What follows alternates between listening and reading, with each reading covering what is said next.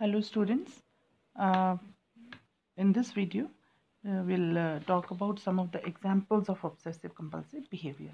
हमने डिस्कस कर लिया है कि ऑब्सेसिव कंपल्सिव बिहेवियर या मनोग्रस्तता बाध्यता विकृति क्या होती है, तो most of the aspects of it we have already discussed.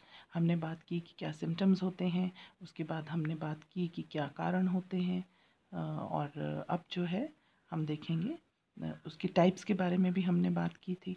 अब जो है हम बात करेंगे कि किस तरह का एग्जाम्पल, एटलीस्ट आपको पता होना चाहिए कि उसमें किस तरह की चीज़ें वास्तविकता में दिखाई देती हैं, या कुछ एक एग्जाम्पल्स के माध्यम से you should be able to understand कि आखिर उसमें होता क्या है इस विकृति में. तो आज हम वही थोड़े एग्जाम्पल इस वीडियो में डिस्कस करने वाले हैं. तो जैसे एक एग्जाम्पल मैं आपके सामने थोड़ा पढ़ती हूँ and then will discuss it कि किस तरह से इसमें घटनाक्रम होता है. An adolescent boy was found to have an unique obsessive compulsive behavior concerning fire, technically known as pyromania. तो यहाँ इस एग्जाम्पल में एक एडोलेसेंट बॉय है, एक किशोर लड़का है, जिसमें एक अजीब तरीके का ऑब्सेसिव कंपल्सिव बिहेवियर जो था वो पाया गया, जो कि फायर से या आग से रिलेटेड था, जिसको टेक्निकली बोला जाता है या जिसका नाम है पायरोमीनिया. तो पायरोमीनिया में क्या होता है, he was preoccupied with the idea of fire. हर समय उसको फायर के से रिलेटेड आइडियाज़ जो थे उसके मन में रहते थे. And possessed an overwhelming urge to set fires. और उसके अंदर एक बहुत ज़्यादा तीव्र इच्छा होती थी आग लगाने की, without caring for the consequences, बिना उस चीज़ के कॉन्सिक्वेंसेस को जाने हुए, या बिना उस चीज़ के, उस आग लगाने के जो क्या उसके परिणाम होंगे उनकी परवाह किए बिना उसके अंदर इस तरह के विचार चलते रहते थे और इस तरह की तीव्र इच्छा उसके अंदर होती थी कि वो आग लगाए.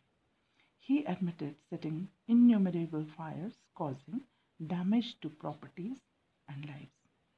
उसने ये माना, स्वीकार किया जब उससे पूछा गया कि उसने बहुत सारी बार आग लगाई है जिससे कि प्रॉपर्टीज़ को और जानों को, इवन लोगों की जान भी गई है उसमें, और प्रॉपर्टीज़ भी लोगों की बर्बाद हुई है, तबाह हुई है.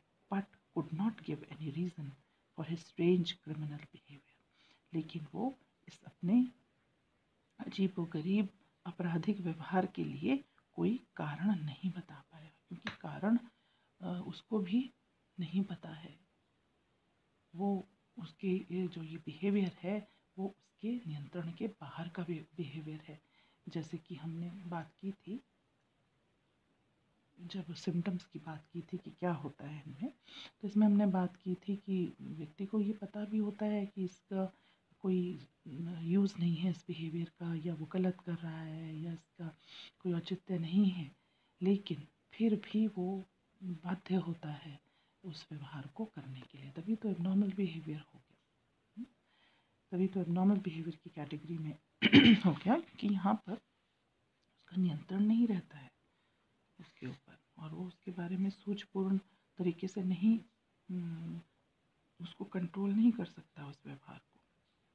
तो इस तरह से जो है ये ऑब्सेसिव कंपल्सिव बिहेवियर जो होते हैं ये देखने में आते हैं, या इस तरह से ये बिहेवियर जो होते हैं वो लोगों में पाए जाते हैं, जहाँ की बिना किसी परिणाम की परवाह किए हुए, चाहे उसको व्यक्ति को कितना उससे नुकसान उठाना पड़ जाए, या दूसरे लोगों को कितना नुकसान उठाना पड़ जाए, या उसको फिर क्रिमिनल एक्शन उसके ऊपर हो जाए, लेकिन वो उस व्यवहार को नियंत्रित नहीं कर सकता. तो यहाँ पे पायरोमीनिया जो है ये एक एग्जाम्पल यहाँ दिया गया है कि जिसमें आग लगाने का जो बिहेवियर है वो बहुत प्रोमिनेंट होता है. कई बार मुझे ये भी लगता है कि जैसे ये यहाँ पे फॉरेस्ट फायर्स होती हैं हिमाचल में, आपने देखा होगा कि फॉरेस्ट में अक्सर गर्मियों में आग लगती है, तो कितने सारे फॉरेस्ट जल जाते हैं, कितने सारे जीव जंतु उसमें जल जाते हैं, कितना, और गर्मी कितनी बढ़ जाती है उन फायर्स की वजह से, एटमॉस्फेरिक टेम्परेचर बहुत बढ़ जाता है और हर तरह का नुकसान होता है। देखने में कितना भद्दा लगता है वो काले काले से पहाड़ जो जलने के बाद उनकी जो शक्ल होती है। तो कई बार मुझे ये लगता है कि इस तरह की चीज़ें भी कुछ ऐसे ही लोग कुछ जो है वो अंजाम देते हैं। नहीं तो अपने आप कैसे फायर लग सकती, कहीं तो कोई करता है ना इसको, कहीं तो कोई शुरू करता है फायर को, अपने आप कैसे आग लग सकती है ना। घास सूखी हुई होती है, पाइन नीडल्स सूखी हुई होती हैं, तो बस ज़रा सा भी उसमें एक चिंगारी डाल दी तो वो एकदम से सारे उसमें फैल जाएगी फायर, पूरे पूरे के पूरे जंगल में फायर फैल जाएगी और सारा सारा जंगल सारा का सारा वो विदिन फ्यू आवर्स, और कई बार तो कई कई दिन सुलगती रहती हैं, कई कई जंगल ट्रैवल करती रहती है फायर। तो इस तरह से ये जो है पायरोमीनिया, कहीं इससे व्यक्ति जो है अजीब तरीके की सेटिस्फेक्शन उसको होती है इस तरह के व्यक्ति को, जैसे हमने कॉजेशन में या कारणों में डिस्कस किया था कि कहीं ना कहीं उसकी जो इंटरनल फ्रस्ट्रेशंस होती हैं उसका बदला लेने के लिए इस तरह की क्रियाएं जो है वो व्यक्ति करता है। Then second example, a young woman of a rich family was found to be suffering from an obsessive compulsive behavior known as kleptomania. एक अच्छी रईस परिवार की एक यंग लड़की, एक यंग महिला, देखा गया कि वो क्लेप्टोमेनिया नामक ऑब्सेसिव कंपल्सिव बिहेवियर से पीड़ित थी। अब उसमें क्या होता था, अनकंट्रोलेबल अर्ज टू स्टील, जैसे पायरोमीनिया में होता है uncontrollable urge to set fires या पुट फायर्स, उसी तरह से क्लेप्टोमेनिया में अनकंट्रोलेबल अर्ज टू स्टील, चुराने की, चोरी करने की अनियंत्रित इच्छा। Whenever she attended dinner parties, she could not resist herself from putting selected spoons in her handbag. जब भी वो कहीं पार्टीज में जाती थी, डिनर्स वगैरह में जाती थी, तो वो अपने आप को रोक नहीं पाती थी, खास तरह के अच्छे अच्छे सिलेक्टेड सुंदर सुंदर से स्पून्स अपने पर्स में, हैंडबैग में डाल देती थी।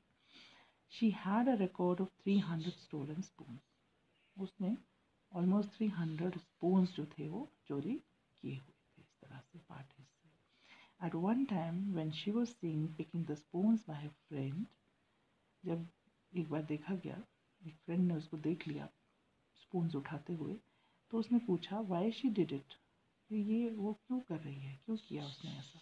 शी फेल्ट ह्यूमिलेटेड, उसको शर्मिंदगी हुई, बट उसने क्या रिप्लाई किया, but reply, I don't know why it happens but something compels me to do it, मुझे नहीं मालूम है कि ये क्यों होता है, लेकिन कुछ है जो मुझे इसको करने के लिए मजबूर करता है, इस तरह का व्यवहार करने के लिए मजबूर करता है।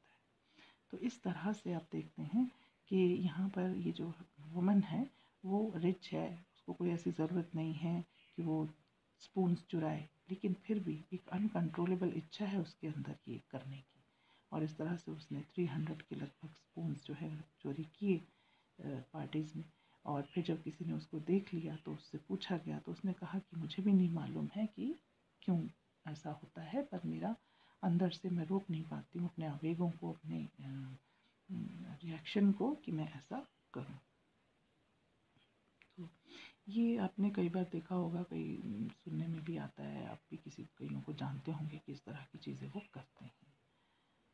कई बार तो लोग जो हैं वो ज़रूरत की वजह से करते हैं, लेकिन कई बार जब बिना ज़रूरत की वजह से और बिना किसी ऐसे कोई कारण की वजह से इस तरह से चोरी कोई करने की किसी को आदत होती है, तो हम कह सकते हैं कि क्लेप्टोमेनिया जो है, या अनकंट्रोलेबल अर्ज टू स्टील जो है वो उसके पीछे का कारण है। तो यहाँ मैं एग्जांपल देना चाहूँगी, एक कोई मेरे घर में घर का काम करने के लिए कोई आया करती थी, एक वुमन हेल्प करने के लिए, तो उसकी एक छोटी सी लड़की एक बार आई, और उसके बाद थोड़ी देर में मैंने देखा कि मेरा फ़ोन गायब हो चुका है। कुछ साल पहले की बात है, शायद 10 साल पहले की बात है। तो मुझे लगा कि वो तो छोटी लड़की है, उसको फ़ोन वो कौन ले गया होगा, और तो कोई आया नहीं। तो जब बाद में पता चला कि कहाँ गया मेरा फ़ोन, मैंने छानबीन की तो पता चला कि वो फ़ोन उस लड़की ने यहाँ से लेकर कहीं फेंक दिया है, कहीं बुशेस के बीच में, झाड़ियों के बीच में फेंक दिया है। और फिर मुझे जब मैंने थोड़ा सा इंक्वायर किया उसके बारे में, तो ये पता चला कि वो ऐसा काम करती ही रहती है। स्कूल में भी वो इस तरह से करती है, जहाँ भी किसी के घर जाती है वो इस तरह से करती रहती है। जो उसकी ज़रूरत की चीज़ें नहीं भी हैं उनको भी वो इस तरह से उठा लेती है किसी के घर से भी। और फिर ये चीज़ उसके बाद, कुछ साल बाद, फिर से वो मुझे लगा कि चलो अब तो बड़ी हो गई है लड़की, तो कोई ऐसा नहीं है, अब तो समझदार हो गई होगी। फिर वो एक दो बार हेल्प करने के लिए अपनी मदर के साथ वो घर में आई, लेकिन उसके बाद मैंने देखा कि 2-3 दिन वो उसके साथ हेल्प करने के लिए आई, और उसके बाद मैंने देखा कि बहुत सारे पैसे जो थे घर से वो गायब हो गए। और बाद में वो पैसे उसके बुक्स के अंदर, उसके स्कूल बैग के अंदर इस तरह से पाए गए, और काफ़ी पैसे, कुछ पैसे उसने खर्च भी कर दिए थे अपने फ्रेंड्स को खिलाने पिलाने में और उस तरह से। तो इतना ज़्यादा उसका ये बिहेवियर था कि जहाँ भी वो जाती थी वहाँ कुछ ना कुछ इस तरह का उसका होता था कंप्लेन।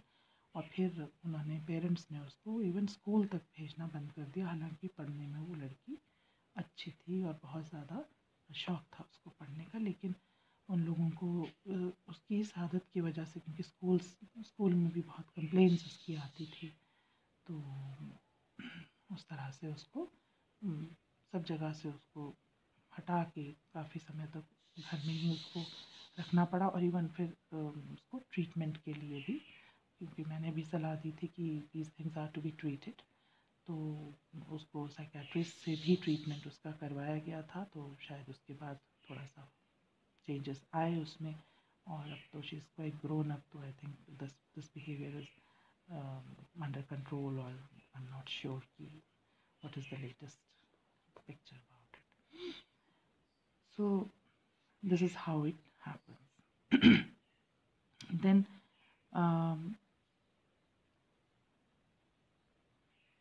another example, जहाँ पर एक व्यक्ति है जो एक ऑब्सेसिव कंपल्सिव बिहेवियर से सफ़र कर रहा है, जिसको कॉप्रोलेलिया कहते हैं।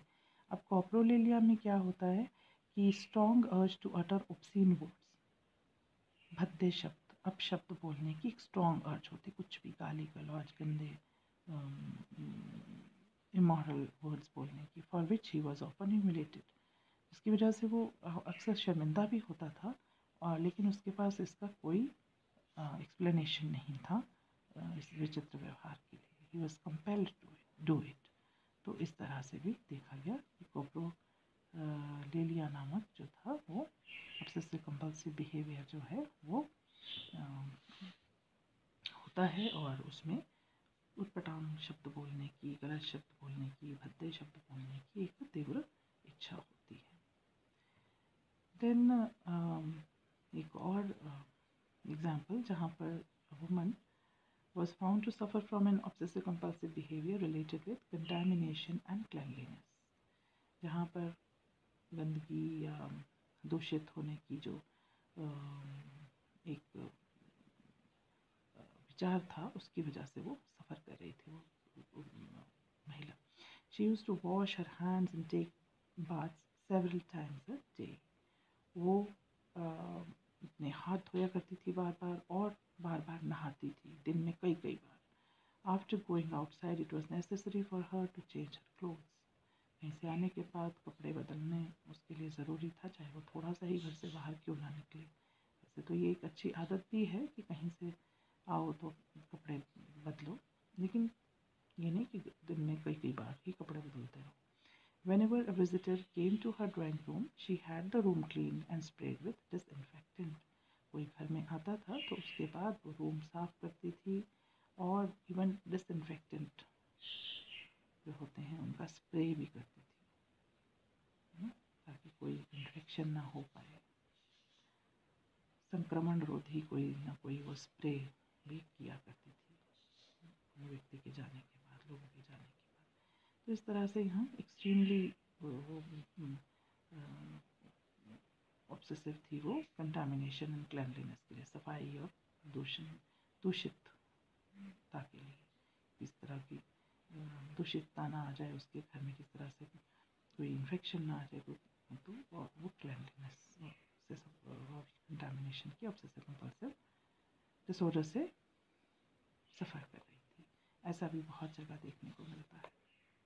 एक मैंने एग्जाम्पल पहले भी आपको दिया था, तो उसको भी रेफ़र करें कि किस तरीके से एक महिला है जो इस तरह से व्यवहार की बार बार सफाई करना, कई बार घर की धुलाई करना, खुद भी करना, काम के लिए जो लोग आते हैं उनसे भी करवाना, उसको बहुत ज़्यादा कंटामिनेशन और डस्ट इन सब चीज़ों से बहुत ज़्यादा ऑब्सेस्ड है।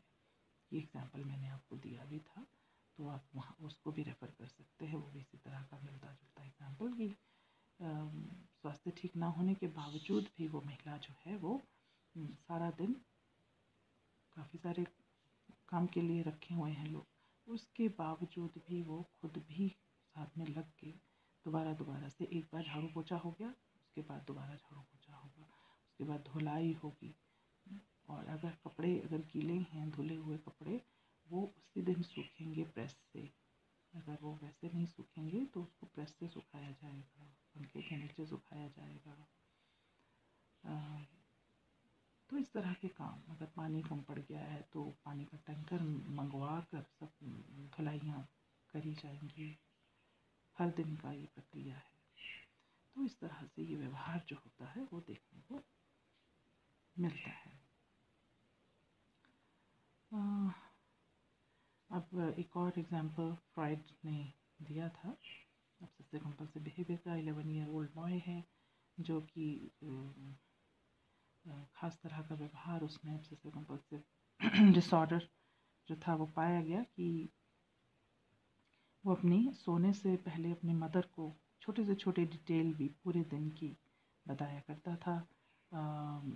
कुछ भी अगर उसके बेडरूम में या कारपेट के ऊपर पड़ा हुआ है तो छोटे से छोटा तिनका भी पड़ा हो, छोटा से छोटा कागज़ का टुकड़ा भी पड़ा हो तो उसको हटाना होता था वहाँ से। देन जो बेड था वो वॉल के साथ लगा होना चाहिए था। 3 चेयर्स उसके साथ होनी चाहिए बेड के, एंड पिल्लो भी एक पर्टिकुलर तरीके से रखने हैं उसने बेड पे। सोने से पहले वो अपने पैरों से, दोनों पैरों से जैसे करते हैं किसी चीज़ को, उस तरह से किया करता था, एंड फिर वो एक साइड पे लेट कर सो जाता था। तो जब उससे पूछा गया कि वो क्यों करता है इस तरह से रोज़, मतलब इस तरह के रिचुअल्स थे उसके, he was unable to give a satisfactory reason for it. तो इस तरह से ऑब्सेसिव कंपल्सिव बिहेवियर जो है कई तरह के हो सकते हैं, इन्यूमरेबल तरीके के हो सकते हैं। कोई पर्टिकुलर हम नहीं कह सकते कि ये 8-10 ही हो सकते हैं, किसी भी तरीके के हो सकते हैं।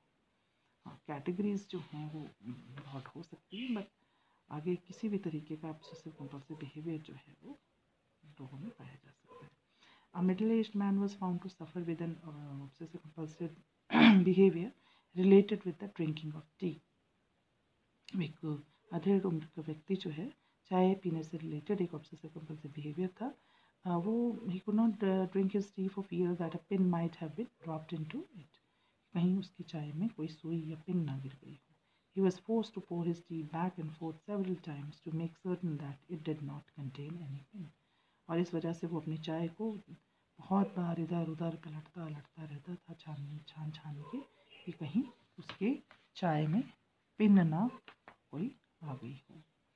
तो another kind of obsessive compulsive behavior.